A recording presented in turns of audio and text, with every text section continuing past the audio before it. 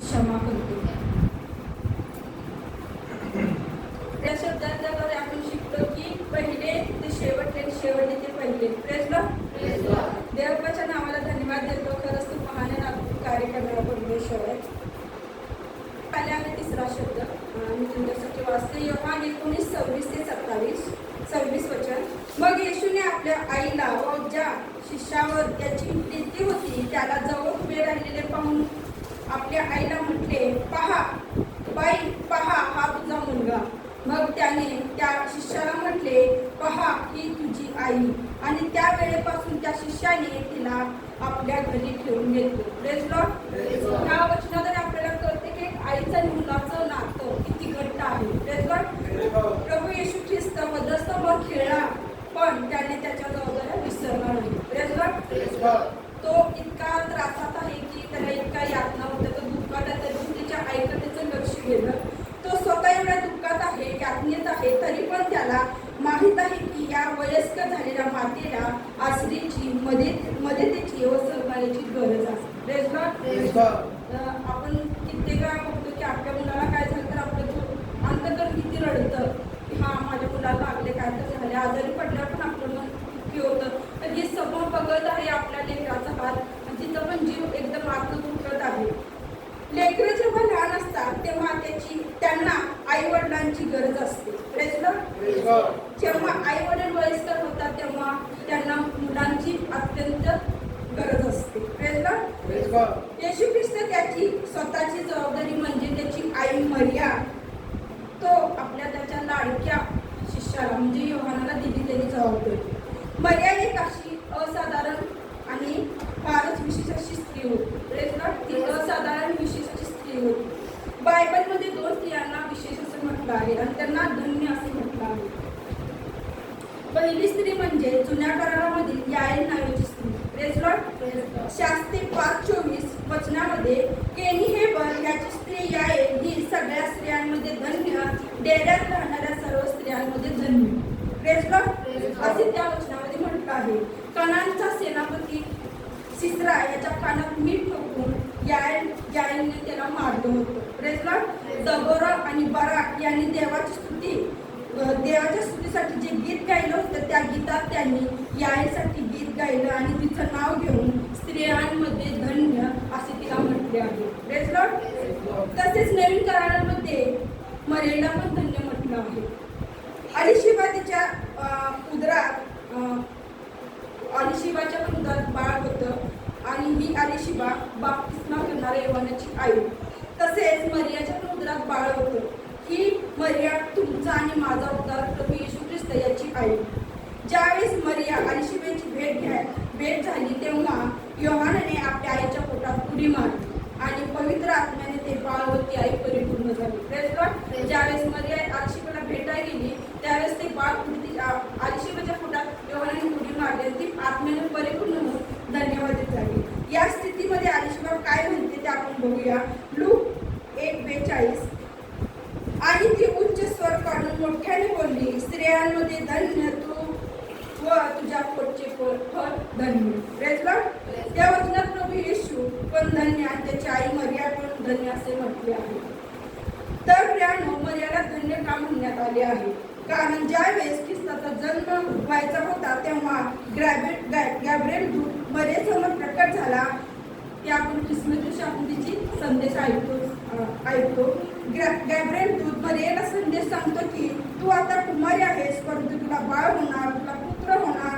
पण मरिया म्हणाली, हे कसं होईल? देवदूत म्हणाला, पवित्र आत्मा तुझ्यावर येईल आणि तू गर्भवती होशील. Praise Lord. खरंच प्रभू महान आणि निवडलेल्या लोकांनी योग्य ते उपयोगात आणणारा परमेश्वर आहे. पण मरियेने कशाची पर्वा न करतात व देवाची योजना आहे आणि देव तिचा उपयोग करून घेत आहे म्हणून तिने ठीक आहे असं देवदूताला म्हणाले. पण लक्षात घ्या, विवाहाच्या आधी मरिया गर्भवती होणार होती हे जर योग्यानं पाहिलं किंवा कळालं असतं तर काय झालं असतं? तिला दगडमार करण्यात आलं असतं.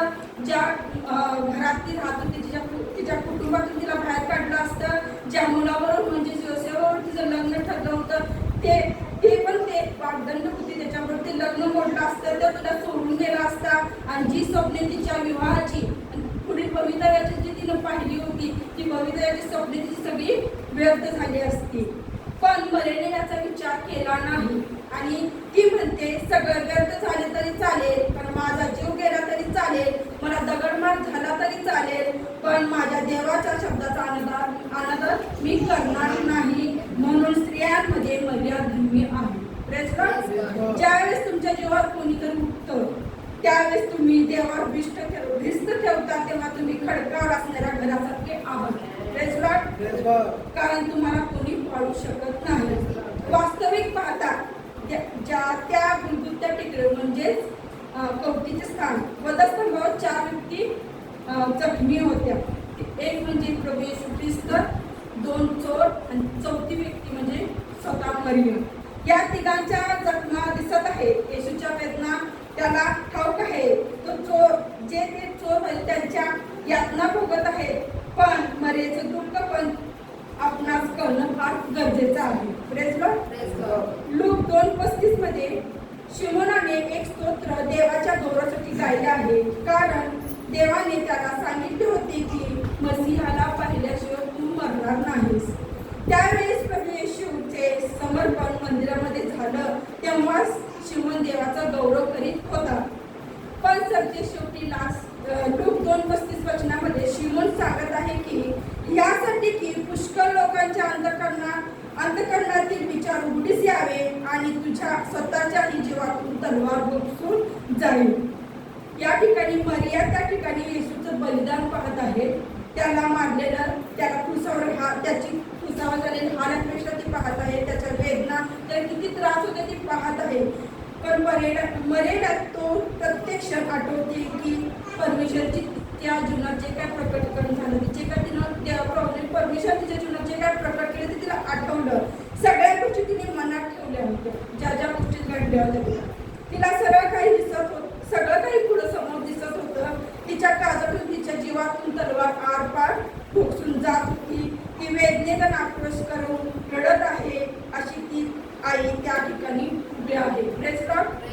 स्त्रियांमध्ये धन्य असलेली मरिया येशूचा शिष्य योहानाबद्दल असे म्हणते, हा एक शिष्य असा आहे ज्याला बाकीच्या शिष्यासारखं रक्त साक्षी व्हावं लागलं नाही. योहानाला प्रकटीकरणातील गूढ आणि ग्रहणीय गोष्टी प्रकट करण्यात आल्या होत्या. योहानाच्या जीवनाचे एक रहस्य होते, ते म्हणजे योहान 13:23. तेव्हा ज्याच्यावर येशूची प्रीती होती असा त्याच्या शिष्यातील एक जण येशूच्या उराशी टेकलेला होता. हा शिष्य म्हणजे योहान आहे जो येशूच्या हृदयाशी टेकलेला होता. यहूदा इस्करियोत हा त्याच्या सेवेतील एक खजिनदार होता. त्याच्याकडे एक डबी होती. तो खजिनदार असल्यामुळे त्याच्याकडे पैसे असल्यामुळे तो पैसे चोरायचा आणि स्वतःजवळ ठेवायचा. एक शिष्य पैशावर टेकलेला आहे आणि दुसरा येशूच्या हृदयाला टेकलेला आहे. जगी गोष्टीच्या जवळ आणि एक परमेश्वराच्या म्हणजे येशूजवळ टेकलेला आहे. योहान येशूच्या हृदयाजवळ होता म्हणून त्याला पुढे एका दिवसात गूढ व गहनीय गोष्टी सामर्थ्यशी परमेश्वरानं प्रकट केलं. योहान 12 शिष्यांमधून एक आगळा वेगळा असा होता. याचं वैशिष्ट्य म्हणजे लाडका शिष्य आणि प्रेमळ आई. ह्या 2 गोष्टी महत्त्वाच्या आहेत. आज आम्ही आमच्या आई वडिलांचा सन्मान करणं फार गरजेचं आहे, कारण जो सन्मान करत नाही त्याने 5वी आज्ञा मोडली आहे. जी 5वी आज्ञा आहे की आपल्या आई बाबाचा मान करणं. आपल्या आई आणि वडिलांचा सन्मान करणं, त्याची काळजी करणं, त्यांच्यावर प्रेम करणं हे फार गरजेचं आहे.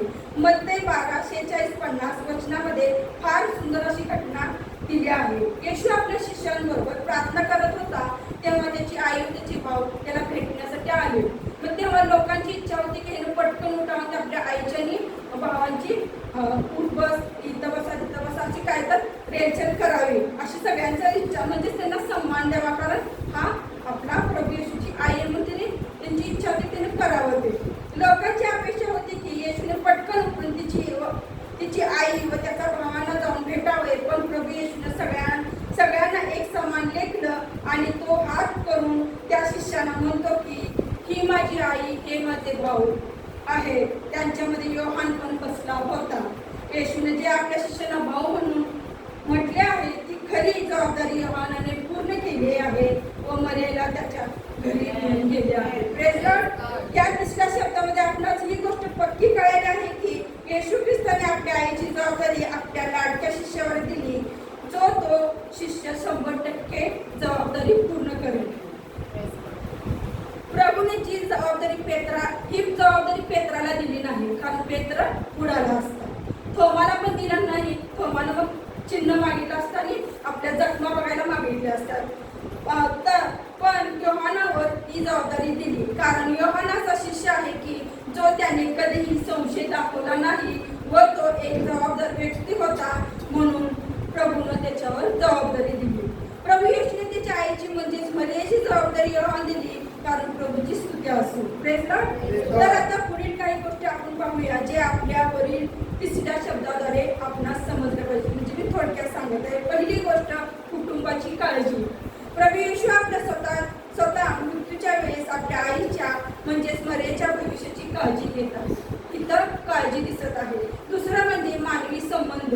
येशूने शिष्याला त्याच्या आईची जबाबदारी दिली, त्यामुळे रक्ताच्या नाता पलीकडे ख्रिस्ती कुटुंबाची एक नवीन व्याख्या तयार झाली. Praise Lord. याच्यासाठी एक मी उदाहरण देईन. मम्मी ज्यावेळेस आजारी होते त्यावेळेस मी माझ्या बहिणींच्या नवऱ्यांना पण हात लावले होते, माझ्या भावाला पण हात लावले होते. ती पहिला निखिला बोलवायची आणि दवाखान्यात ऍडमिट झाले तरी पण ती निखिलाच बोलवायची. मग ते डॉक्टर स्वतःहून विचारले तुम्ही कोण आहे मुलगा, तुम्ही सारखं त्याचंच खाणं वगैरे. ती स्पष्ट म्हणते हा माझा मुलगा आहे. तर प्रभूला धन्यवाद. ते खरंच रक्ताच्या नाते पलीकडे ख्रिस्ती कुटुंबाची ही नवीन व्याख्या आहे. प्रतिकारात्मक अर्थ म्हणजे जे दृश्य चर्च म्हणजे प्रिय शिष्य आणि मरिया म्हणजे विश्वासू माता आणि यांच्यातील नाते हे दर्शवते. शिष्याचे आज्ञापालन. योहानाचे लागलेच येशूच्या आज्ञेचे पालन केले आणि मरियाला आपल्या स्वतःच्या घरी घेऊन गेले.